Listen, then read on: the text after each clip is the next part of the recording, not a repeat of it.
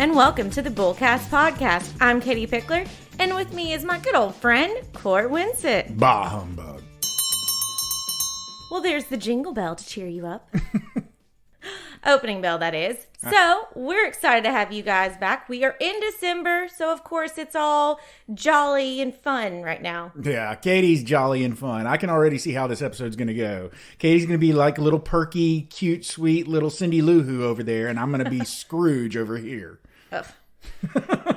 I mean, it is the time of year. You've got Santa on every corner ringing the bell, asking for donations. Love those bells. No, I don't. Everyone's so excited, cheerful, rosy. You don't know if it's from the cold, although in the South, it's probably from the heat because you're in a sweater. If it is cold, it's cold and rainy, which makes you miserable. Yes.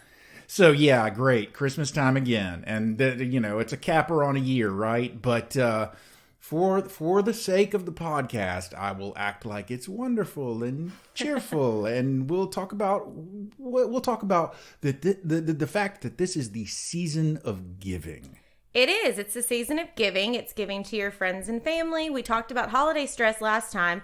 Now let's talk about charitable giving, which isn't just at Christmas time. It's all year long, but we kind of thought it was a perfect time to talk about it now when it is the season of giving. Yes, absolutely. So I think obviously, if we're going to do a top 5 this week, then the obvious thing to do would be top 5 charities. Well, and we're not saying that we're ranking these charities in like the best of the best. No. These are just 5 charities that for various reasons are close to our heart, or we like them. These are just the charities that sort of tickled my fancy today, quite frankly. Lordy Lou. Oh. Okay. So I do have to put a disclaimer out there. If you remember from a little bit about my bio, I was in the nonprofit world for about 6 years. Charities have always been something that has driven my family, and that I thought I was going to have a career in nonprofits, and then things changed, and now it's that I can still very much be involved with nonprofits. But so I just want to put that disclaimer out there. I got a lot of background with nonprofit, being on the nonprofit side and not just the donor side. I guess we should probably also give one other disclaimer. Our top 5s here, probably one of the best known charities from our area, the one that comes out of Shelby County, out of Memphis specifically, is St. Jude. Yes. And that didn't make either of our lists because everybody knows about St. Jude, and St. Jude is wonderful. The work that they do is great, and the medical advancements are phenomenal. But we just, that one is there. That one clearly is a charity. Everybody's probably heard of it. If you haven't, you can look it up. So we're going to cover some other charities. Yeah. Memphis is very proud of St. Jude, but yeah, here's some other ones. Okay. My number 1 would be Le Bonheur. Le Bonheur is another wonderful children's hospital in Memphis. They actually partner with St. Jude, and I know it is just one of the best, and the people from all over come to Le Bonheur, and they take such great care of kids. It actually partners with another one of my charities that I'll mention in a minute, but I just love everything Le Bonheur does. Yeah, I actually used to volunteer for it was called Young Adult Le Bonheur Leaders, and it was a nonprofit put together to support Le Bonheur. So very familiar with Le Bonheur. Love that place. Actually, we had some time there with one of our children, so it's a good place. Good place. Very good. Okay, number 2 would be schools in general. I'm a big advocate for education. I know that shocks you, Court, being who my father is. Yes. He spent a long time in a school board, national school board, and now actually, if you remember back to another episode, has a foundation, American Public Education Foundation. And so I love any chance that we can get involved in the schools because it is so important. Education is the basis for everything. We need to be a part of that because that's our future leaders and doctors and everything. So when I'm old and gray, I want to make sure those kids have been educated properly. And we do value public education. Yes. We think it is an institution that is worthy of keeping going. Absolutely. And then we're big advocates on financial literacy with kids because I know that's something that there's so much you get thrown into the real world that you haven't been taught. And I love this idea of these schools now not just being so what you may think of as school. They're letting kids experience culinary arts and, mechanics and welding and all of these different things and the arts in general. Yeah. So, yeah, that's obviously I'm very passionate about the schools. Number 3 would be Memphis Oral School for the Deaf. This is obviously local with Memphis. I started getting involved with this organization when I was probably 12 because of my mom. And this is a school in Memphis. It is a school that teaches kids to speak. And yes, I said deaf. They do not do sign language. They get cochlear implants. It is a preschool. And what this school does is make it where these deaf children will then be able to be integrated into a normal kindergarten public school without missing a beat. I'm getting chill bumps talking about it because it is the loudest deaf school you will ever go to. Those kids are incredible. And it pulls my heartstrings every time I get to see those amazing kids and how their lives are changed because of this wonderful school. Oh, see, I'm just taking all the time. I'm getting passionate about my places. Oh, just keep going. Keep going. All right, number 4 would be the Orpheum Theater in Memphis. I know y'all have heard me talk a lot about this because of its haunting and because I got married there and I interned there. So obviously I love it, but it is a historic theater in Memphis. It is a nonprofit because the arts are very much in need of getting involved in the community and keeping the arts alive. They partner with a lot of our schools to encourage those young dancers, actors, singers to really embrace their passion. And I love that theater. If you are in the Memphis area and would like to become a partner, the Orpheum is looking for you because, it is some tough times right now. Yeah, listen, it's not just the Orpheum. Theaters all over the country, Broadway even. Theaters are dark right now for the most part. They're hurting. So if you're a theater if you are not a theater buff, I'll say, why not? And if you are, then keep in mind that they could probably use your support. Yes. Okay, and my last one is JDRF, Juvenile Diabetes Research Foundation, although it formally is known as JDRF. This is where I worked for 6 years. This place is obviously very close to my heart. It supports type 1 diabetics, which, it is children, it's adults, it's every age. It is not just juvenile as the name originally said. This is something that there's so many people that are affected by this. JDRF works in hand with Le Bonheur. So you see they're linking my charities together. But it's just a great organization. So those are my charities. Court, let's hear about yours. Okay, well, I'll start with my number 5. The main reason I put this on the list is because right back when he first started it, I remember seeing him appear on Jay Leno or David Letterman, and it blew me away, his attitude in the face of the fact that he had just been diagnosed with Parkinson's. And that's Michael J. Fox's Foundation for Parkinson's Research. And at the time, it's been years now, it's been decades, I guess, since he originally was diagnosed, but one of the things that he said at the time was, that he was absolutely determined to find a cure for this disease before he died. And that just impressed me. I mean, he's always handled this particular affliction that he has with just a tremendous amount of grace, and so I'm very impressed by him. And his foundation is a highly rated foundation. It's a good cause to give to. Number 4 is one that I personally love and do work for, volunteer for. And it's because it's the Collierville Literacy Council, so it's a local one. Yeah. And I'm just this is an organization that focuses on teaching adults how to read and helps adults pass the high school equivalency test. They also help people that are learning ESP, English as a second language. ESL, English as a second language. But they do a lot of work with literacy for adults, and I just, I'm such a, I don't know, it sounds, I guess, kind of lame, but I'm just such a big fan of reading that I feel like everybody should have that ability in their life. Awesome. Number 3 is Ronald McDonald House. Now, so I did say that we weren't going to say St. Jude, but Ronald McDonald House is actually an organization that supports St. Jude patients when they come into town to visit and be treated at St. Jude. They are able to stay at Ronald McDonald House for free.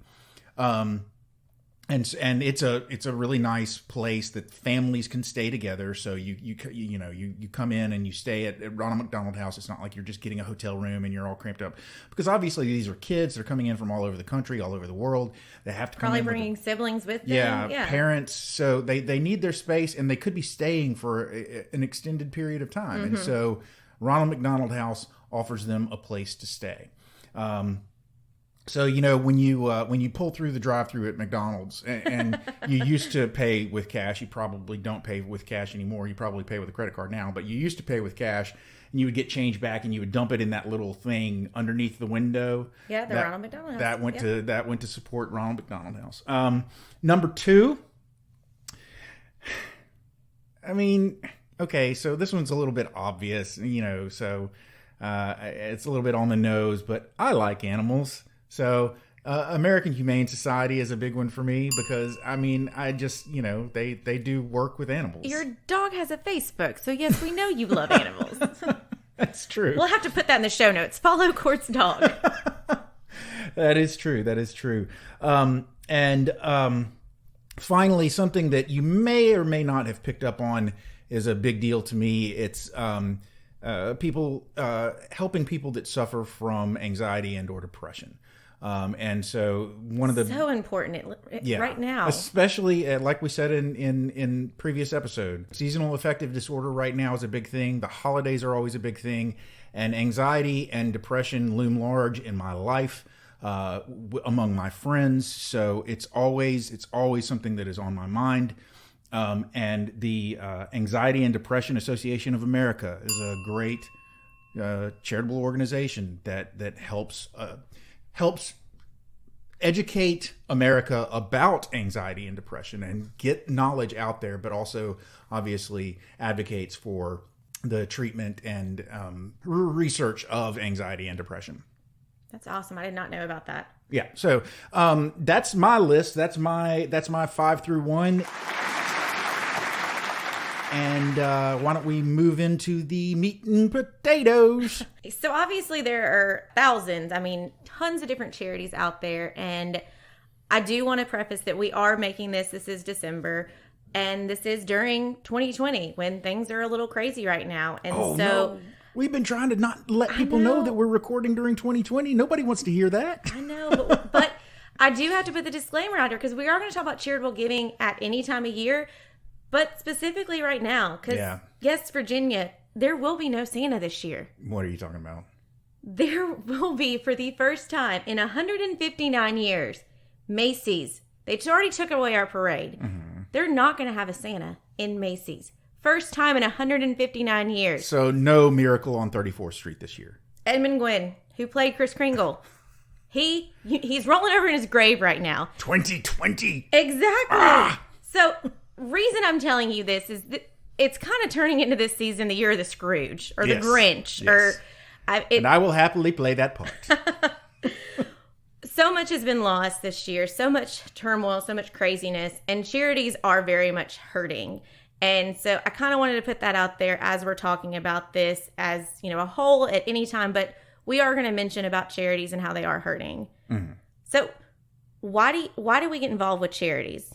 I know that my list... I don't. You don't. Okay. I don't get involved with charities. Yeah, but your list and my list were all about personal experiences that led us to these charities. If they would rather die, then they should just go ahead and die. I think so. Okay. It's a line from... I probably didn't quote it exactly right. Yeah, I'm not... but it's a line from Christmas Carol, so...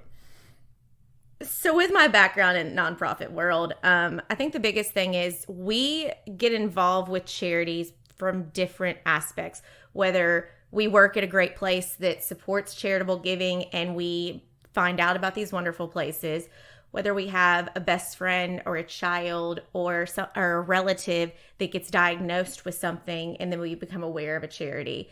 So There's so many different ones out there, and it's one of the lines we would always say with JDRF is it's until it's you. Put yourself in this person's shoes, because you don't know what it's like until you walk a mile in their shoes. Mm-hmm. And so I think that there is no one perfect charity. It is what charity speaks to your heart that you feel good about and that you want to give to. So why do you do charitable giving? Don't talk like Scrooge in court. Don't talk like Scrooge in court. See, I'm already. What am I supposed to talk about? Like, should I talk like Goofy? Huh? Oh my goodness. Oh, this is gonna be a long one. Okay, let's talk about just the basic facts of why do you do charitable giving. You're driven by heartstrings. There's a specific person you have in mind. There's a specific reason. I'm sorry, Katie. I have no heart. Okay. Well, I know. There are no strings to pull in my heart. I have no heart. There's an empty space there. So Court doesn't care about the warm feeling that you get inside when you donate or how it affects someone. Okay, what about this one then? A lot of times, let's be honest, it's a status symbol. People will give to charities because they want to put it on their resume of that they donate to charities, or a business wants to put it on their logo. That was my biggest pet peeve when I would work at JDRF, and I would go and see businesses that had our logo on there, and I'm like, you have not given to our organization in 6 years. You better remove that logo right now. But dang. So I'm showing both sides of this here, okay? It's a tax benefit. A lot of people will do it for that. Mm-hmm. But you've got the feel-good part because you want to, because you sleep better at night. You've got the status symbol of it.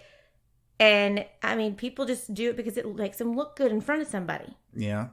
What about just the people that do it just because they're good people, Katie? And that's the heartstrings people. Well, no, not necessarily. I mean, if you're doing it because it makes you feel good, then you're doing it and it's helping you in a way because you feel better about yourself. You're not doing it selflessly. You get something from it. What about those people that are just good people? I'm teasing, Katie. Come on. You do it because you feel like you're making an impact. Because isn't that at the end of the day what we all want to do? We all want to play a role in something bigger than ourselves. You do it because you want to make an impact. Yes, absolutely. Okay, so you want to be smart with this. Mm-hmm. Yeah, we are, after all, a financial podcast. Bottom line is we're talking about money. We're talking about your money. We're talking about your assets. We're talking about you giving that away. So we do definitely want to be smart about it. No doubt about that. Yeah, because, I mean, I have sucker written everywhere. I think it's like listed next to my Facebook name. It's everywhere. The second that some kid has a fundraiser, somebody has a sad story, I am the first one jumping up like, what do you need? I will do whatever. Yeah. Hit me up. And I had to step back and look at it. And I know we talked about the budgeting episode a while ago, but I realized I was spending a ton of money on charitable giving in the instance of buying the kids' t-shirt or buying the, Innisbrook wrap and buying the, giving a $5 donation here, $30 here, $20 here. It adds up. So that's why you've got to be smart. Because as you said, it's your money you're giving away. Yeah. I mean, and really just so that everybody understands the juxtaposition, I wouldn't even give money to my own kids. So we're completely opposite on this. So I got to talk about the art of manipulation. Yes, please do. So it's both ways of, we talked about how people will donate to manipulate how they are looked at in society. And, they're such a charitable person, but they're giving for the wrong reasons. They're giving for, not as Court was arguing, they're giving to make themselves feel better, but they're giving so other people think they're awesome and they can gloat and be like, oh, look at me. I bought all these, cars for these people, or I made a huge donation. And then there's the art of manipulation on... Did you just throw a little shade toward Oprah? Did I hear you just kind of maybe throw some shade? I didn't have Oprah in my mind at all. Oprah was not in my mind at all. But you know how it is. Like some of those people who especially have end games of they're thinking they're going to end up being a politician, or they're going to... they're trying to work an angle of getting a business deal with somebody, so they do things for the wrong reasons. Mm-hmm. I mean, trust me, the charities still support it, whether it's the wrong reason or right, but just think about your internal person side. Okay, art of manipulation on the nonprofit side. Let's back up for a second. I just want to make sure you never, as a person who was raising funds for JDRF, you never said to someone who was like, "Here, take my money." You never said to them, "No, I'm sorry, I can't accept that. You're doing it for the wrong reasons." No, I never would say that. Just wanted to make sure. No. I mean, I might have given you like a stink eye if I knew what you were doing, but that's okay. Oh, yes. So on my side of it, being in the nonprofit world, I did know how to manipulate people. And I'm saying this in that word, but I don't mean it as negative as it sounds. I knew that when I could get a captive audience in a ballroom at a black tie gala, I knew that I needed to pull on your heartstrings. I needed to put those people that were affected by type 1 diabetes right in front of you, telling your story, making you in your mind think about your little girl, your wife, your son, your daughter, whoever it may be. And that was my power of manipulation, that I knew you had been there a while, you were having a couple of glasses of wine, I have just told you what they're going through. I have made you in your mind think about this could be you, because it really could be any of us. And then we say, would anyone like to make a donation? Yeah, I've been to one of Katie's galas, and I can attest to the fact that for those people that actually possess hearts, it is really a profound experience. It is Wow. you will be moved. So it's one of those that charities know how to pull on the heartstrings. They know how to manipulate you. They know how to get you and tell you what's going on. But that's where we say is you've got to, with charities, think with your head, not your heart. And that's hard to do because you do get swept up in that moment. But that's where it all goes back to our lovely friend, budget. Mm-hmm. Think about every year, every month, whatever it may be, how much you want to allot to charities, and have that in your mind. If you're going to an event, go, I think I want to spend this much, and try and absolutely stick to that. Plan it out, because this is your money, and it's just, when you're giving it to charity, yes, it's one of those, it's a feel good. You're getting that emotion out of it, but it's just as detrimental as you taking your credit card and going and swiping and spending frivolously. Yeah. You've got to plan it out and figure out, how does this fit in? Because you don't want to give to charity and then become a charity case yourself. Well, obviously, yeah. And I've had that happen before. I've gone into debt because I fell victim to an auction. And there's nothing like an auction for putting you on the stage in front of everybody, and you just once you start bidding on something, man, you feel terrible if you stop. Yeah. Well, and if you got those auctions and you see that there's something that doesn't have a bid on it. Oh, that's a deal. I'm going to bid on that. And the next thing you know, whoops, I just won 20 things because I put my name down thinking it would get the bid up, and now I'm stuck with it. Surely somebody else will bid on it, and they didn't. Oh, no. No, but one of the things that I did come across when I was with JDRF is how businesses handle their budgets and how they handle with charitable giving. And how they do it is something that even as an individual, as a family, you could do it the same way. They would set in their minds, this is how much we're going to spend each year. Or not in their minds, in their budget. Oh, yeah, in their budget. Yeah, they would say, we are spending this much for charities. This is what we've got. If you want to get a gift from us, you have to talk to us by X date. After X date, we can't guarantee there's any funds left. Mm-hmm. So now, as an individual, you don't need to necessarily have that deadline that they've got to come and present to you a whole presentation like you would a business. But if you kind of set that in there and you can say, oh, I'm so sorry, I can't buy your kid's t-shirt. I've already allotted all my money towards my top 5 charities. Mm-hmm. And it's just, it goes back to before when we talked about holiday stress, learning to say no. And when we talked about giving money to family and friends, mm-hmm. it's take a step back, say, hold on, let me think about it. Being honest with your spouse, because again, you don't want to get in trouble because you just donate all this money to charity because you felt bad. And then now you're in the doghouse, literally.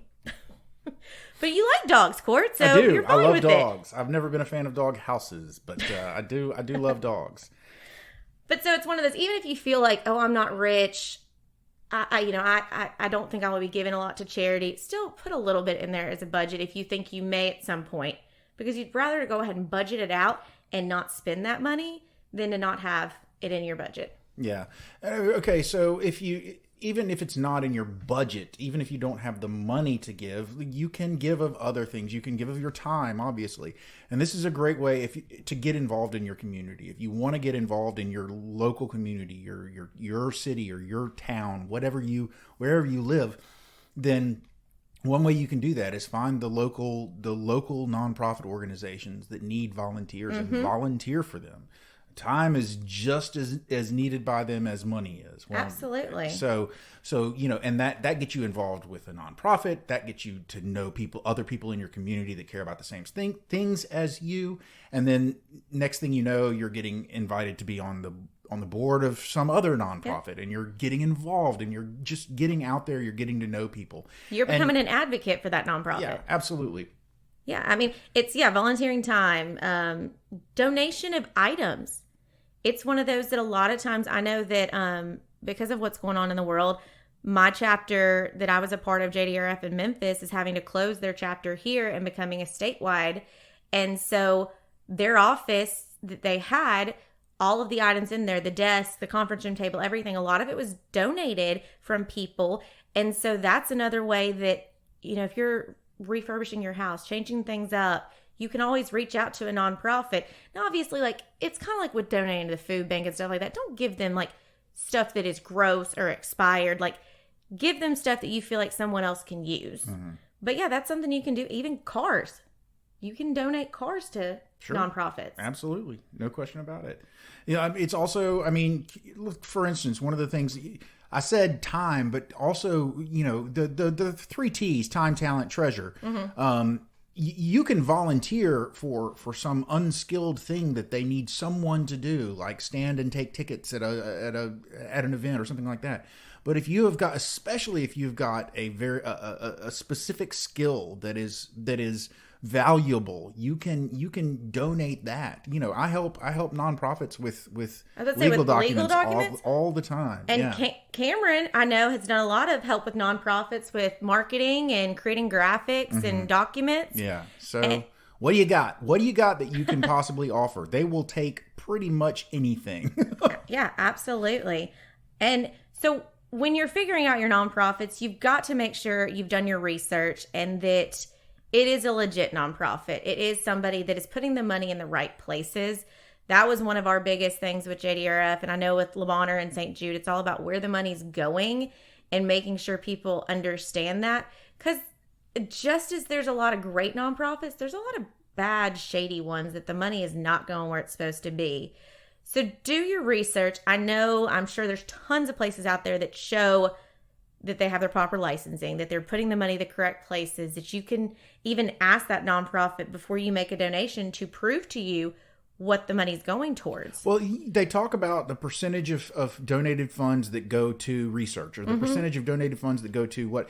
So where are the bad places? What are the things that you would want to look at and say, like, oh, if you've got this percentage. It's all going to overhead, and it's all going to pay the staff.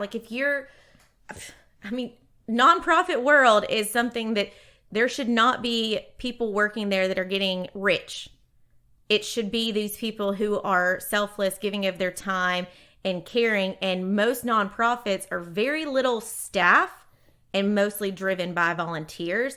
So if you start seeing that there's that very little is going to the actual research or outreach or anything like that, and majority is going to overhead, there's something going on. If they're living up in a skyscraper and having this crazy rent and driving Maseratis and all kinds of crazy stuff, and they're giving $200 to research, yeah, there's something going on there.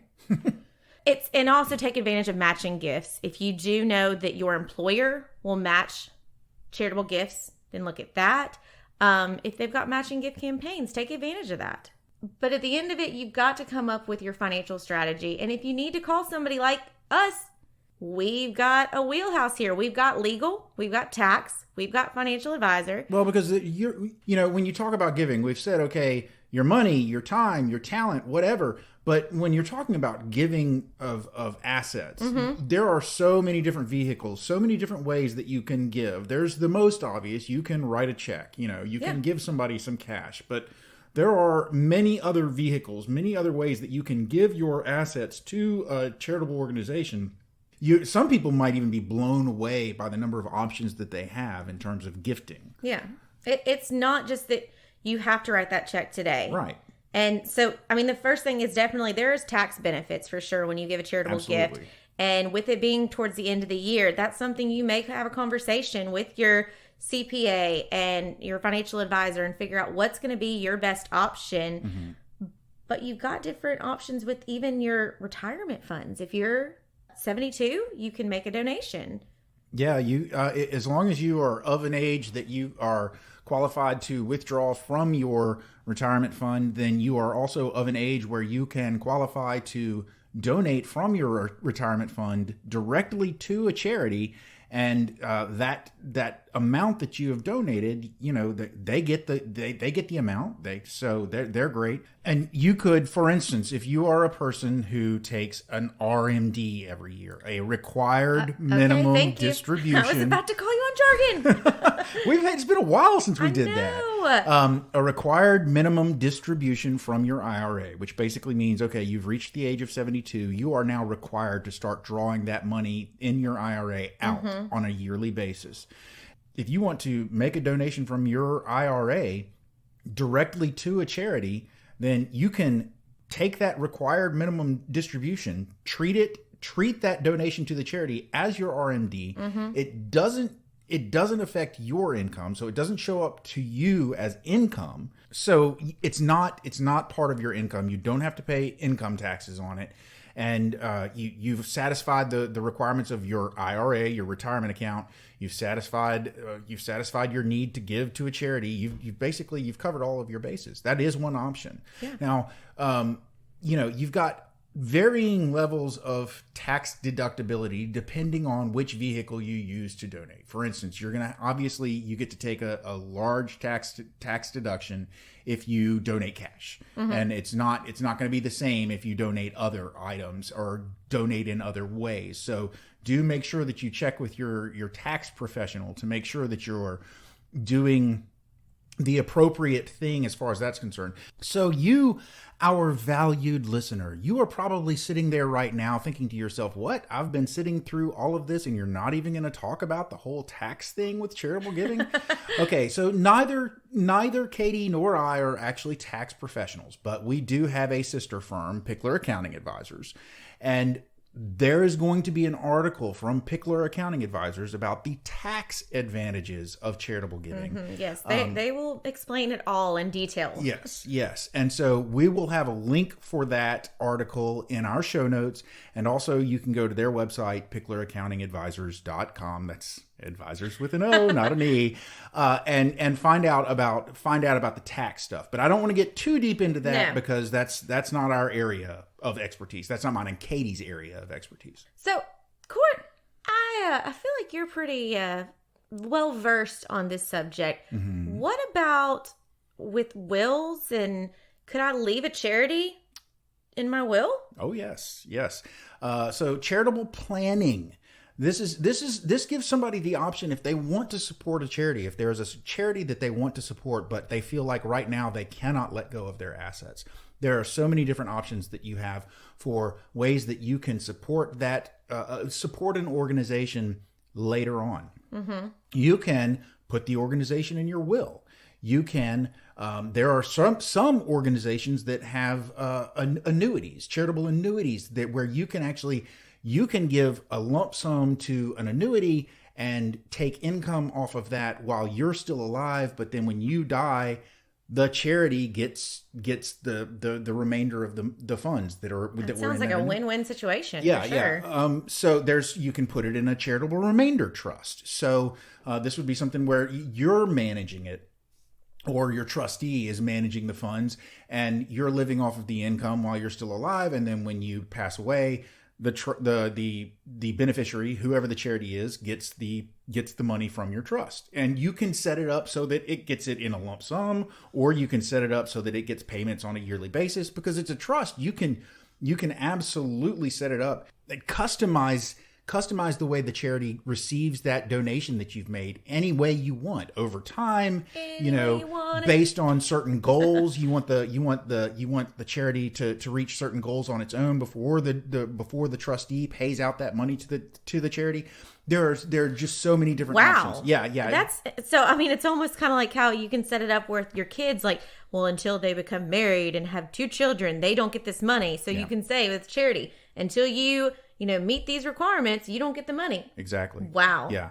So a lot of options for ways that an estate planning attorney can help you set up your estate plan so that it favors your favorite charities and they receive something after you're gone.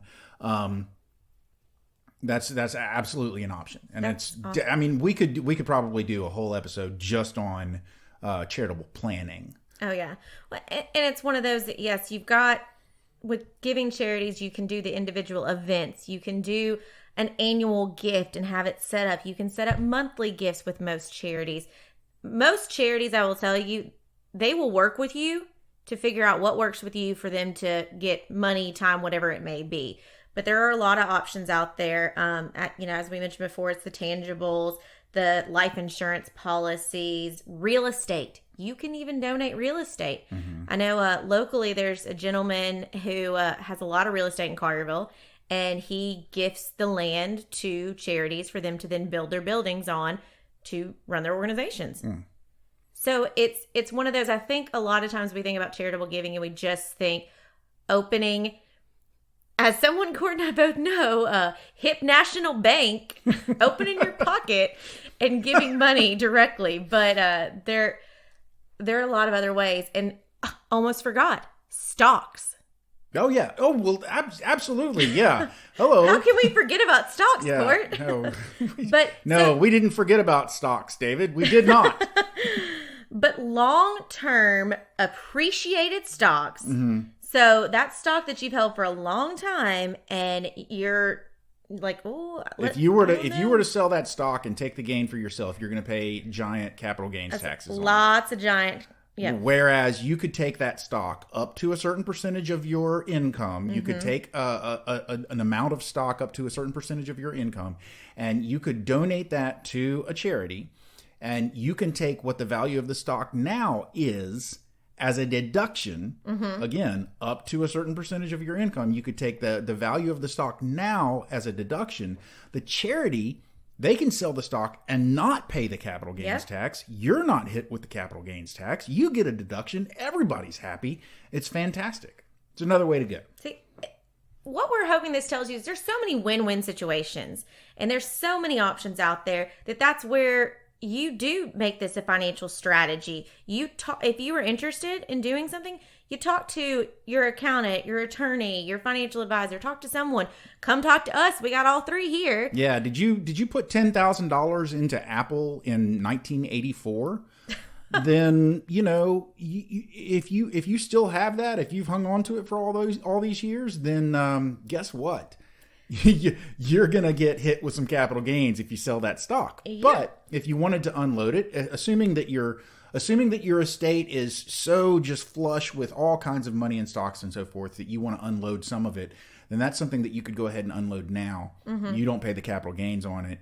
You're avoiding those potential estate taxes. Now, I do want to point out, there is an estate tax exemption now for estates up to in size $11.5 million, give or take a few $1,000, $11.5 million. So if you have an estate of less than $11.5 million, right now you don't really have to worry about having an estate that's too big. Mm-hmm. But estate tax laws change with the wind. So if the estate tax laws change again, and they probably will sometime in the future, depending on how our Congress is made up, depending on who the president is, the exemption could get higher, it could go lower. We don't know. But depending on how those laws change, you may want to pay attention to how much money are you going to have in your estate when you pass away? Is it going to be enough that some part of your estate could get taxed unless you get under that exemption? This would be a good way to get under that exemption, is to get rid of some of your assets. So hopefully we've given you a lot of different options about charities. I do want to end with the importance of giving and how I did grow up around giving and how it was important. And I would save my pennies and, wrote off and sent it off to St. Jude and because of a lemonade stand, and how that really built a foundation for me of understanding the importance of spend, save, and give.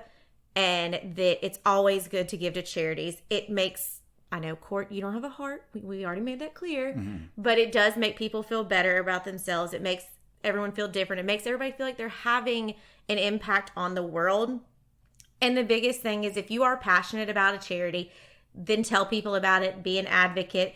Because, yes, we are in 2020 and majority of events for charities have been canceled. Places are closing left and right.